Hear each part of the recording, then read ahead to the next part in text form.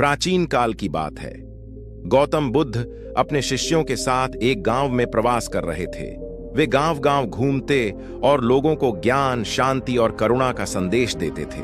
उनका शांत स्वभाव, गहन विचार और सरल जीवन शैली लोगों को बहुत आकर्षित करती थी।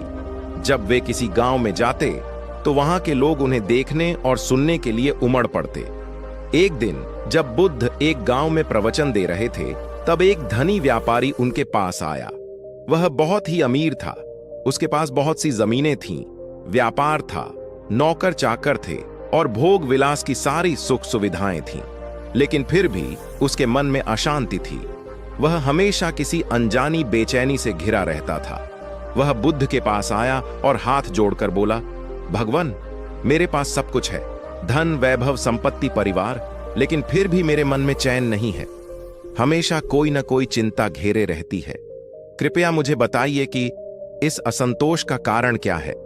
बुद्ध मुस्कुराए और बोले, ठीक है, मैं तुम्हें इसका उत्तर दूंगा, लेकिन कल सुबह क्या तुम तैयार हो? व्यापारी ने कहा, जी भगवान, मैं प्रतीक्षा करूंगा। अगले दिन सुबह सुबह बुद्ध उस व्यापारी के घर पहुंचे। व्यापारी ने श्रद्धा से उनका स्वागत किया। बुद्ध बोले, मैं भूखा हूं, कृपया मुझे भोजन दो, लेकिन ध्यान रहे, मुझे सबसे स्वादिष्ट और अच्छा भोजन चाहिए। व्यापारी बहुत प्रसन्न हुआ कि भगवान बुद्ध उसके घर भोजन करेंगे। उसने तुरंत अपने नौकरों को आदेश दिया कि सबसे अच्छा भोजन तैयार किया जाए। कुछ ही समय में स्वादिष्ट व्यंजन तैयार हो गए। व्यापारी ने उन्हें प्रेम और श्रद्धा से बुद्ध को परोसा।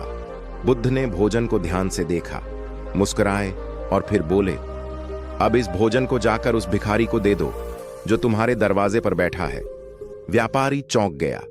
उसने संकोच से कहा, भगवान, यह भोजन तो आपके लिए है। मैंने इसे आपकी सेवा के लिए तैयार करवाया है। इसे किसी भिखारी को क्यों दूं? बुद्ध ने शांत स्वर में कहा, क्यों? क्या यह अब तुम्हारा नहीं रहा? जब तुमने मुझे दिया था तब तुम प्रसन्न थे, लेकिन जब मैंने उसे किसी और को देना चाहा तो तुम दुखी हो गए। इसका अर्थ यह है कि यह भोजन अभी भी तुम्हारे मन से जुड़ा हुआ है। तुमने वास्तव में दिया ही नहीं। व्यापारी कुछ सोच में पड़ गया। बुद्ध ने आगे कहा, देखो, जब हम कुछ देते हैं लेकिन मन में उसका मोह बना रहता है, तब वह दान नहीं होता।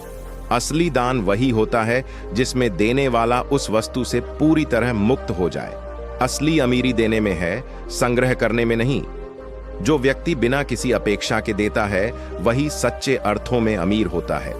तुम्हारे पास भौतिक धन है, लेकिन मानसिक शांति नहीं, क्योंकि तुम्हारे भीतर मोह है, अधिकार की भावना है। जब तक यह रहेगा, शांति नहीं मिलेगी।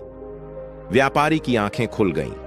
वह समझ गया कि उसकी परेशानी का कारण उसका मोह है।